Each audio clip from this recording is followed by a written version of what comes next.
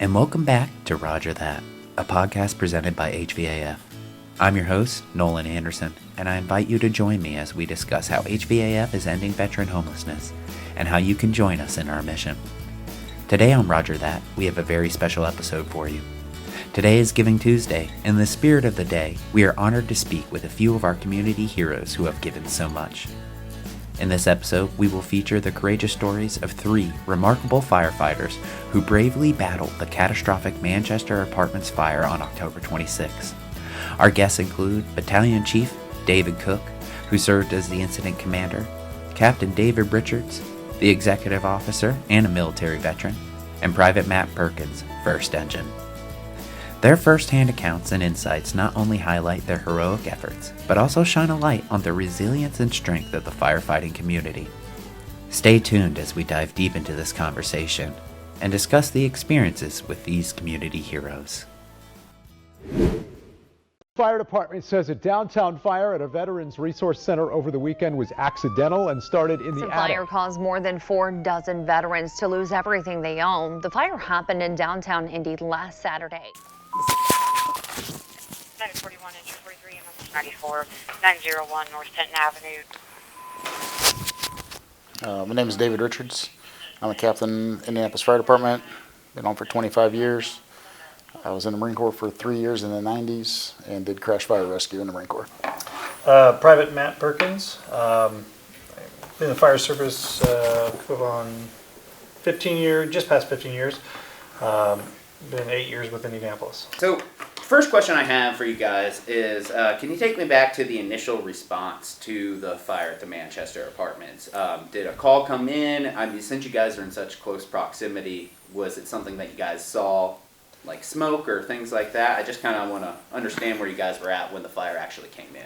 Yeah, so it was, it came out just as a fire alarm, which a fire alarm for us is just an engine and a ladder respond on that. So we get a lot of these alarms throughout the cities. So before it's actually considered a fire, a small response will go there. So we treat it like, something potential until we rule it out. Normally we showed up there on scene, didn't really see anything from the outside, which is always something we're looking for.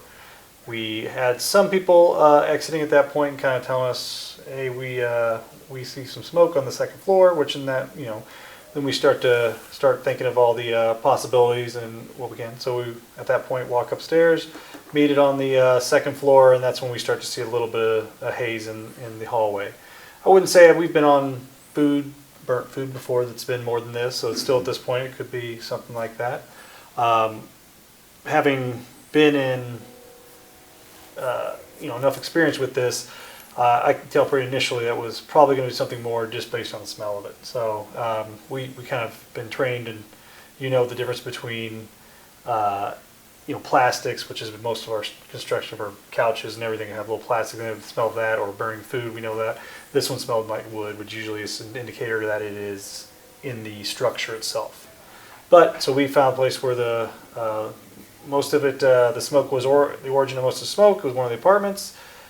We talked to the resident there. He didn't say he was cooking anything, so we kind of went in there, couldn't find anything. At that point, we're realizing that this fire is hidden somewhere inside this building, that we can't really get to it as quickly as we would like to put it out. So we started additional units to our response time, and that's kind of the way it went up there. So it went from something we get almost daily, multiple times going alarm runs at all these buildings, to thinking it's going to be nothing, to something extremely pretty big that lasted a while. So you mentioned that, the smell and things like that.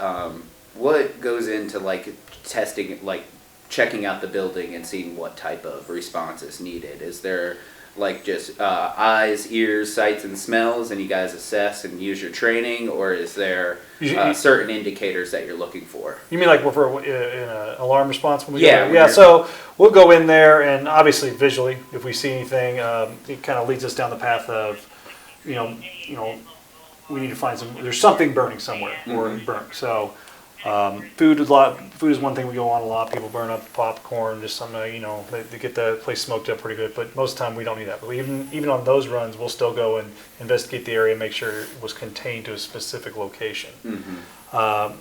For this one, it's just we visually saw stuff. The smell was a little bit different than normal. The most dense area where the smoke, we saw the origin of it. There was nothing in that area that showed any signs of that.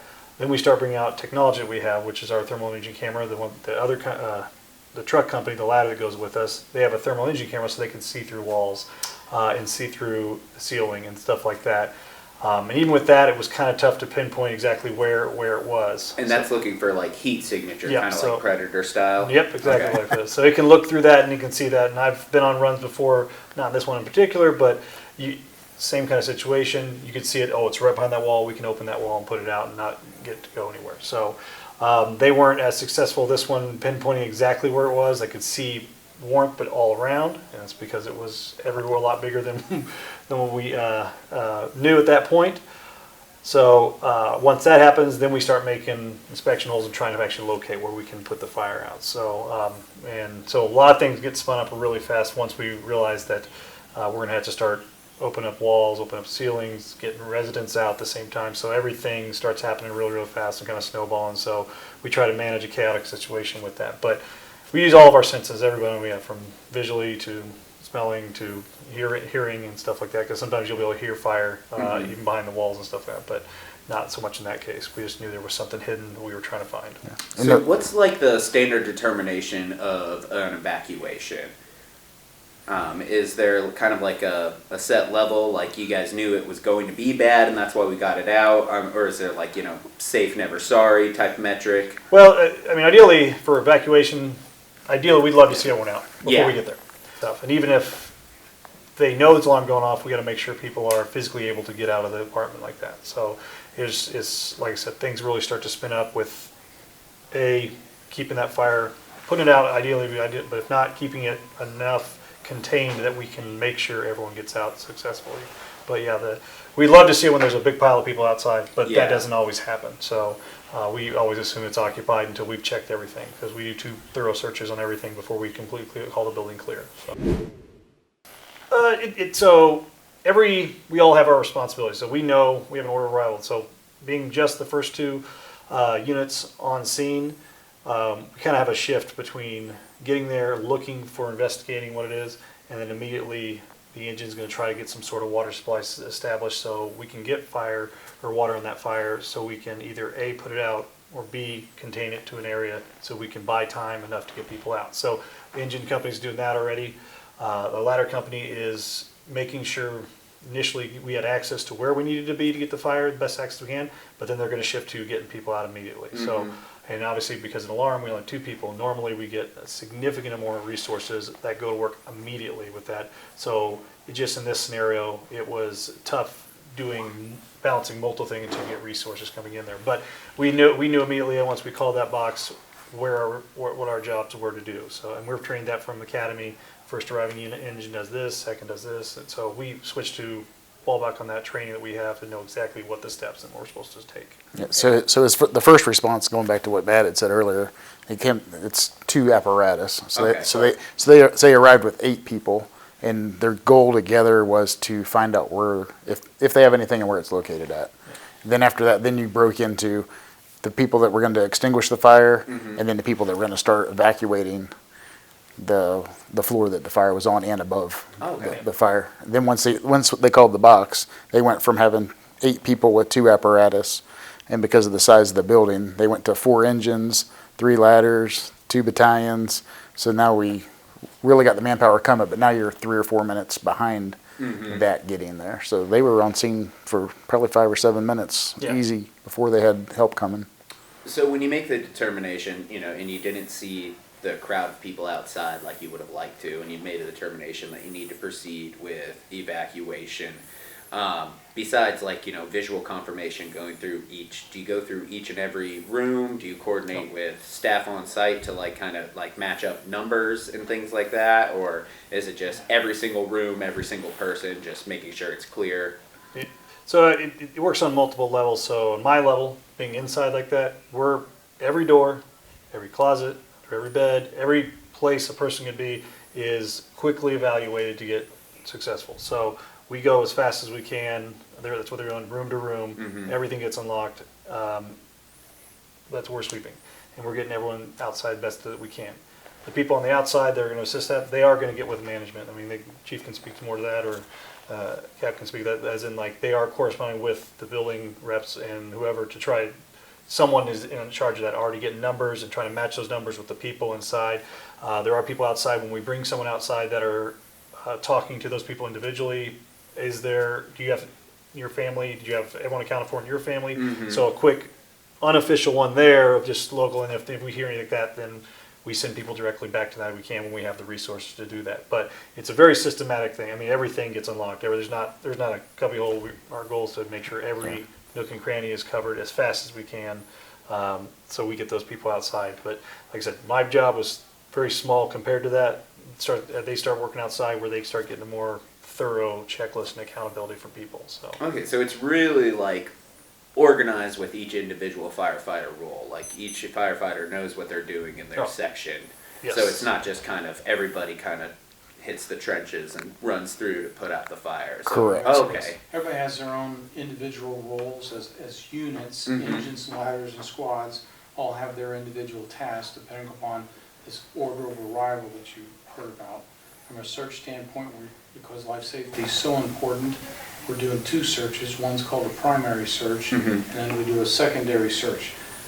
Primary is as quickly as we can get it done. The secondary is whenever we can get back to it.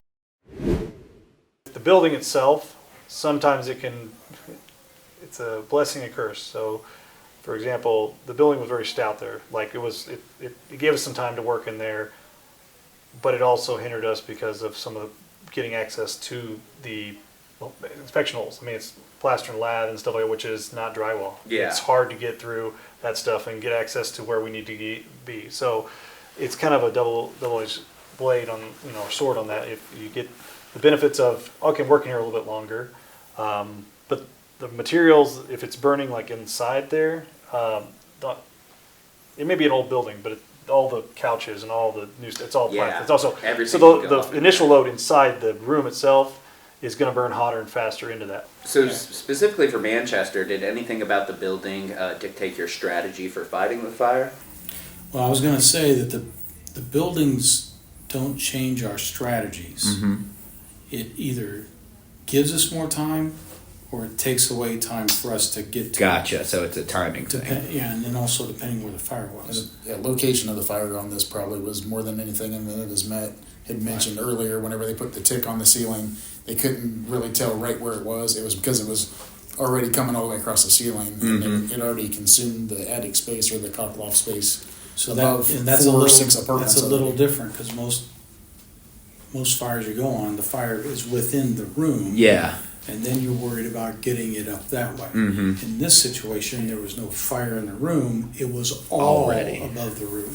So what was the actual strategy? Once you guys have done your sweeps and, you've made as best possible determination that the building's empty and, you're going in to start fighting the fire. What was your guys' actual strategy for this particular fire? Remember, all of this is the same. Mm-hmm. It's all like a nice Swiss watch. It's all running together. Okay.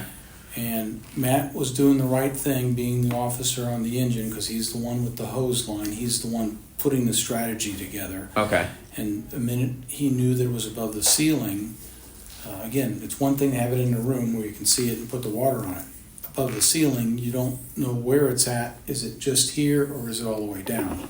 So he put some water in that location, knew that was not going to be the end of the fight, went down 4, 5, 10 feet, poked a hole in the ceiling, and from my understanding, there was 2 ceilings. There was a drywall ceiling that was really thick to get through, and then you had plaster and lath up here.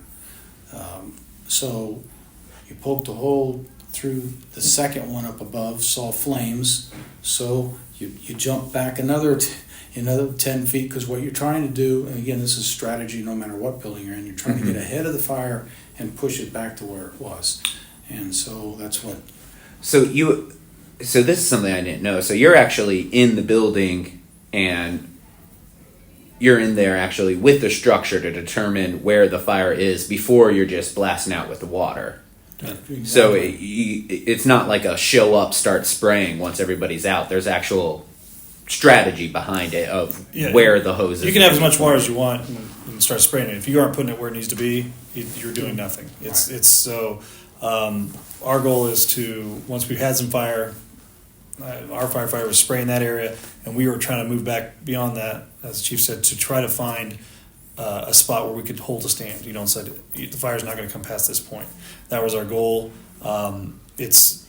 It's tough sometimes because you're talking about we have a hallway, but we have the rooms inside, so it would have to be this whole area could be on fire, which it really was. So it's kind of hard to make a stand in a position like that.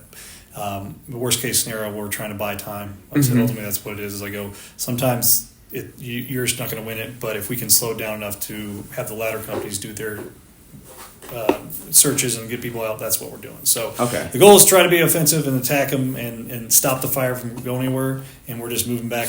But sometimes you're successful, sometimes you're not.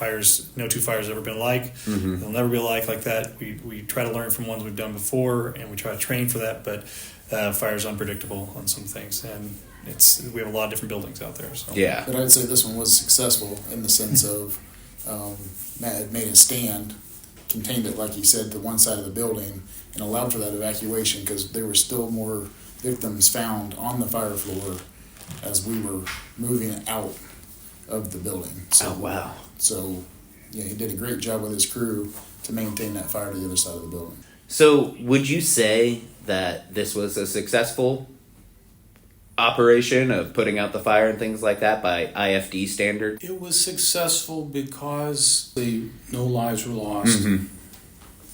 We didn't hurt any of our firefighters, so there's two nice standards to always hit. The fire, my concern when I got there was the fire was going to go north on us. But after I looked at the building for a little bit longer, over the course of time, I got pretty comfortable with that. So we limited the amount of loss. So those are, no matter what fire you're on, those are three things to do. But from my standpoint, every fire, whether it's a trash can fire down the street, a car fire, this fire, that fire, there's always something to learn to make ourselves better. We have such a young department that we have to get the younger people to understand what decisions they made, why they made it then, and either correct that decision if that was the wrong thing, but get them to think about the next fire, how that decision might be the right one, but also what they need to put into that decision making for the next one. So did we meet the three check boxes? Yes. Could we always do better? Yes. Could we always learn from these fires? Definitely. So was there any lesson from this fire that you wanted to take and, pass along to the younger people in IFD, or just something that you guys wanted to incorporate? You said every fire is different. Was there anything from this particular fire that'll be added into, the bullet points of things that you talk about that, for the next one? For me, I'll say is complacency, stuff like that. So not that we are, but any small thing, any alarm can turn into something like this. Like our shift in particular has been working with that, and we just talking about what if you go on an alarm run and all of a sudden we're by ourselves for a long period. Because normally fire will come out all this apparatus, we have lots of help right away. So for us, it's just that's one thing. I have a great example now personally, as well as with other people I work with. Like, hey, I remember that time. It was just it came out as a fire alarm, and all of a sudden we're 8 hours later and still cleaning up hose and doing stuff that turned out a long period of time. So that, I said, always be on your toes and be ready for that, and be ready to, even the smallest run can be something can change in the instant. So to me, that's something that I'm still like a fairly young guy, but I instill in the new guys, like, it's a great example of that. So for me, that's what I took away from it, because it goes by, it's really fast. So it can happen really fast on you. You described the process leading up to fighting the fire. So once you've made your determination on the best strategy for placement of hoses, and people are out of the building, what's the next? Is it just a matter of getting the water in the right spot and holding it there till the temperature goes down, or is there like a controlled aspect to how you fight? Well, remember, this isn't just a think make a decision, think, make a decision. It's very much a flow that goes through. And being the person in charge, I often joke, I don't have any control over the first 15 minutes of the fire. That's all on the people who are in there, like Matt did. He knows what he has. He's doing that.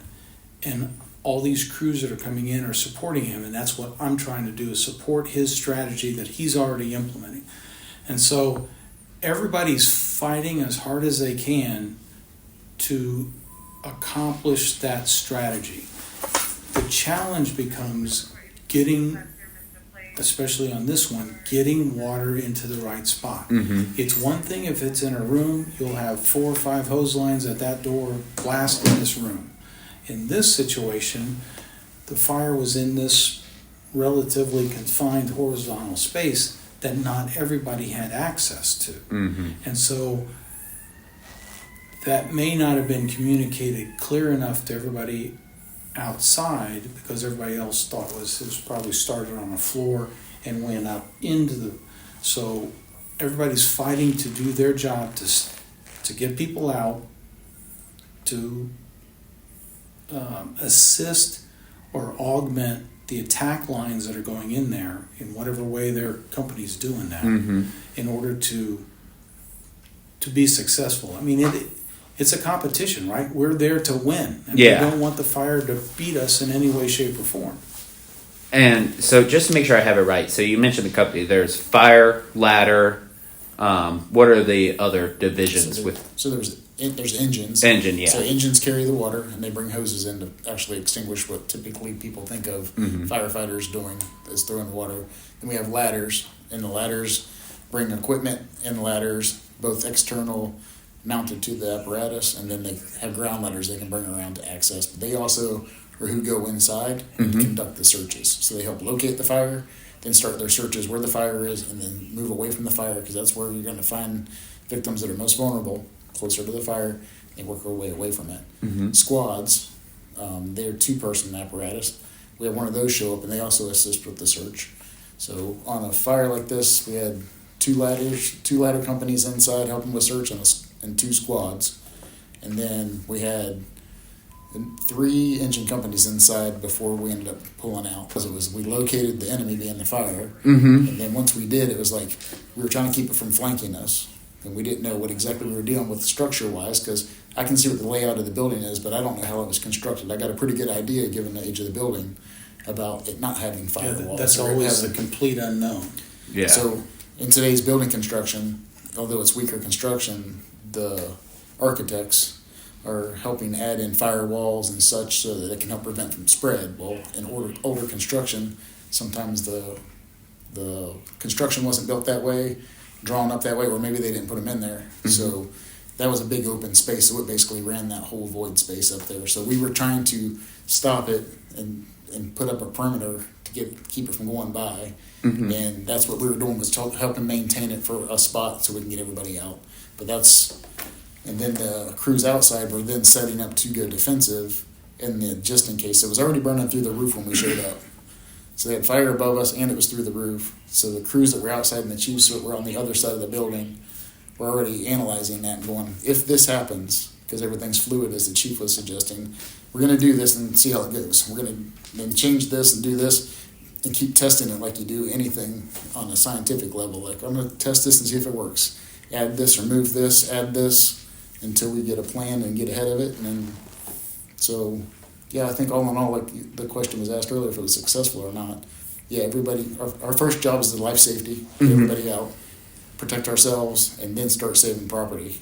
And we limited the amount of damage that could have been done, and everybody got out. So yeah, I mean, until we got a drone up to see the top angle and things like that, which I think really gives because when you're walking around from the side, you just see the boarded up windows and things like that, and unless you're walking through, you're not going to see the extent of the damage. But when we got the drone footage up there, I mean, it was just the damage was far beyond even like what the news pictures capture. They have the fire. So one thing I was a little curious about is, I'm born and raised Hoosier, worked downtown at the Indy Star building for about a decade. And I was thinking, it's not too often that I can recall like a downtown buildings catching on fire to maybe like an apartment or something like that, like, somebody food or something like that. So I guess, what do you got? Where would you scale this on, like, the type of fire, as opposed, you mentioned like, whether it's a trash can fire or, a whole building, your response is going to be as actionable regardless of the size. But I guess was this a bad one? It was fairly large, I believe. I would put it on the scale. I mean, because that's my hard point, is trying to scale it in my head. There's a couple different scale. Well, first of all, there's other people that are part of this. We also have IEMS. Mm-hmm. They're providing the ambulance Yes, service sir. and stuff, and then IMPD. So they're all active partners with this. But to answer your question, I guess there's two ways to look at it. First of all, from a true life safety standpoint, this is probably up there around, outside of residences at 2 o'clock in the morning. This type of fire is up around a 3, 2, or 1 as far as a high ranking thing. Probably a 2 or a 1. Right? Okay. You have high occupancy. It's pretty close to night. Concentrated occupants. So on an occupant life safety standpoint, certainly it's a 3, 2, or 1. Right? On a true fire standpoint, I would probably do about the same. I mean, we get double residence fires where arsonists have set both sides on fire, and you get this, and we're fighting against both sides. I mean, those are quite often, and those I would say are probably up around the 3 or 2 or 1 thing, and this one's just right up there with it. It's just larger, takes a lot of manpower, and then, as we've already probably talked about several times, the difficulty of getting to it. Even the aerial devices we put up in the air, they weren't really touching it because it was in this sandwich, and we couldn't get the water into that area, but we were fighting feverishly to get ahead of it to push it back. Okay. I'd say being inside, I feel that because it was all above us, there was almost a false sense of security, where it wasn't that smoky. The visibility was pretty decent, so getting everybody out. At the time, it wasn't like, oh, this isn't that bad. But then you go back and go, we were very fortunate. So the fire, to me, was a middle range, on the large side, but middle range. But when you look at the amount of people that it impacted, it's probably more than anything. You go, right. There were 50 different families or residents that now were impacted by this one fire. Where if you go on a double or single residence, you're talking a family or two. Or no family. 4 to 8, 10 people impacted directly, where this is 50 people have been impacted. So I have a question. What's your role during all this? You said you're coordinating, you're on the ground level, coordinating with your guys. Are you doing coordinating with any of the people or IPD? I know Greyhound buses were bought in. How do you handle the cacophony of, you have victims from the fire, you have our staff showing up, trying to ask questions, and then you have, I assume, looky-loos and everything like that. So how do you handle all of that? All of that, it's with a lot of help. Yeah. Delegate. And the old adage, you can only, best management is between 4 and 7 people underneath you, or whatever the numbers are, right? There's a lot of stuff coming at me at one time. There's a lot of stuff I'm trying to get out at the same time. Obviously, there's priorities I need to get done. But we talked about the victims coming out. We have 2 EDOs, which are EMS duty officers. Okay.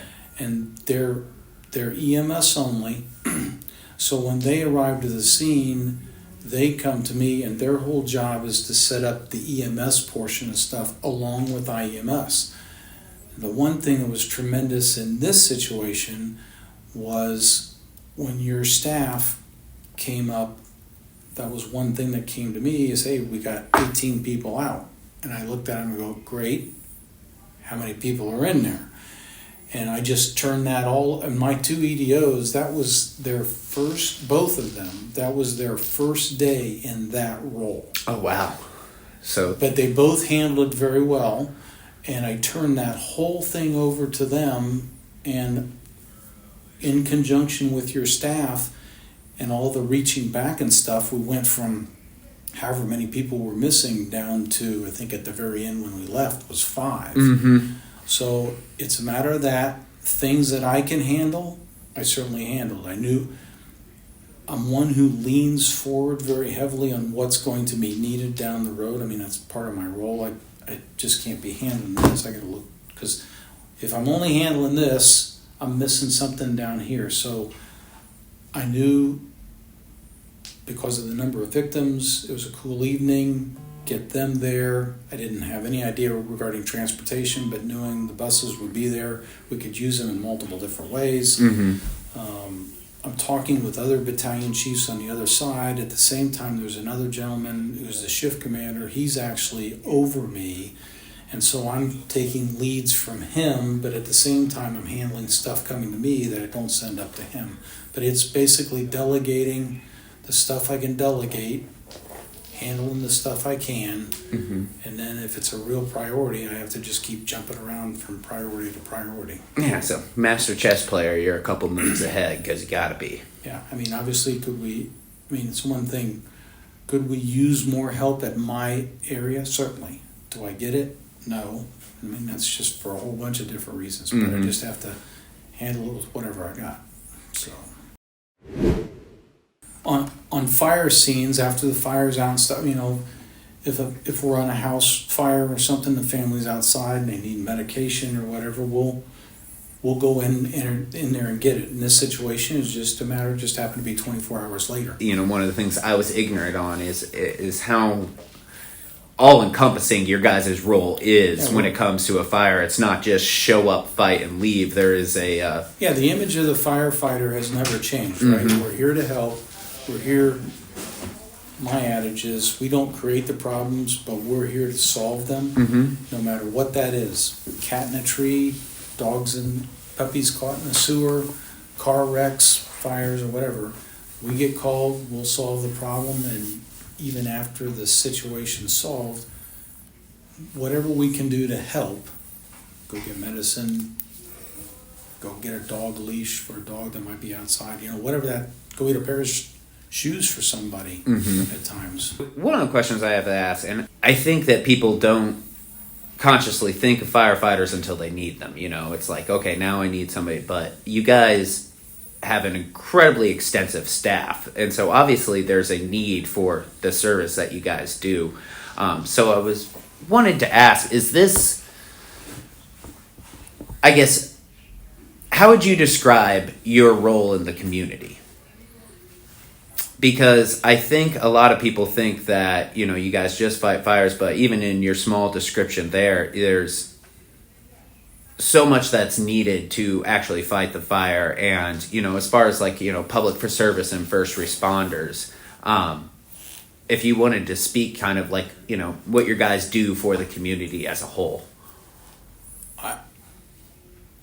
The word hero is not anywhere in this sentence, but pride certainly is the fact that I'm proud to be a member of the Indianapolis Fire Department and wear this badge on this shoulder, and unfortunately I don't have my Battalion 7 patch on, but that's our group. No different than the military.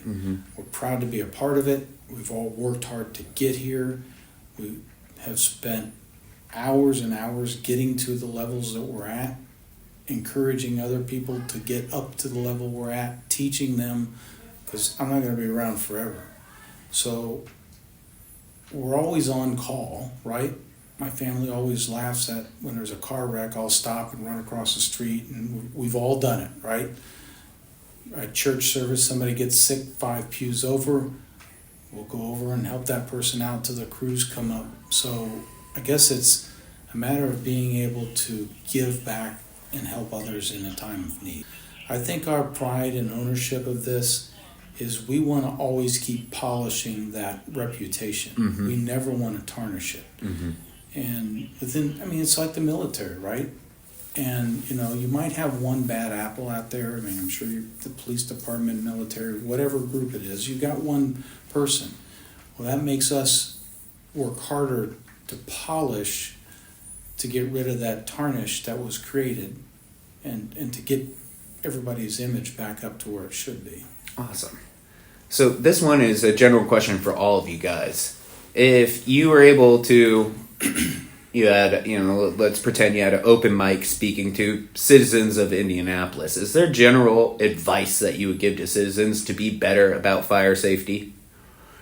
Because, after this fire, like I said, I went and I tested my fire alarms, and, I cleaned out my dryer vent, and, I went through, I Googled top reasons for house fires, and I just checked to make sure I was okay on all of those. But, do you guys have just, general advice on fire safety that you think people should be doing more of?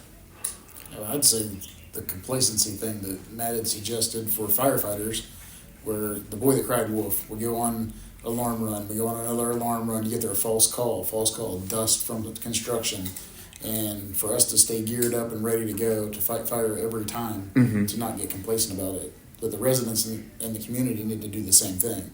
Your fire alarm goes off, and you're like, oh, just another bad detector. Oh, the alarm goes off in the apartment. It's like, oh, somebody's cooking food again. Don't just shut your door and go back to sleep, because it could be something that time. It could be your kids or yourself or whatever that's life's at stake because you got complacent. Yeah, my choice to do firefighting when I went in the military was because of choice of I wanted to serve my community, not necessarily fight for my country, but help others. And I was able to do both by serving in the Marine Corps and also doing firefighting. And that was basically a stepping stone for my career to be able to do firefighting in the Marine Corps and then get my job in the community to be able to now do it full time. Okay. But the camaraderie and the brotherhood and everything are very, very similar. But yeah, thank you guys so much for taking the time to speak with me, and thank you for fighting the fire. That's actually really important to my job. I still have one because you kept the fire from going to other places, and also it's just the fact that we were able to continue service. I was able to work on Monday, and if we can't operate, there's a lot of people we aren't able to help. So we really do appreciate and the time that you guys took to speak.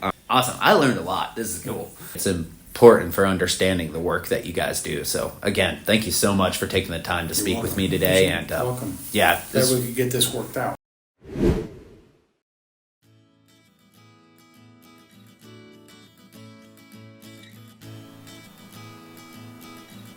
All right.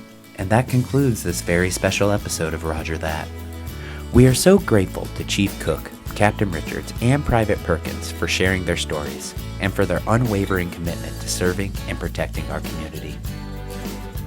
If you haven't already, please be sure to subscribe to the Roger That podcast. And if you enjoyed this episode, go ahead and hit that 5-star button. Be sure to follow us on social media at HVAF of Indiana. And for more stories, check out our blog on our website at hvaf.org. If you would like to contribute to our recovery efforts following the fire, check the episode notes for a link to our Fire Assistance Fund. Thank you again, and remember, until no hero is homeless, our mission is not over. We'll see you next time on Roger That, a podcast presented by HVAF.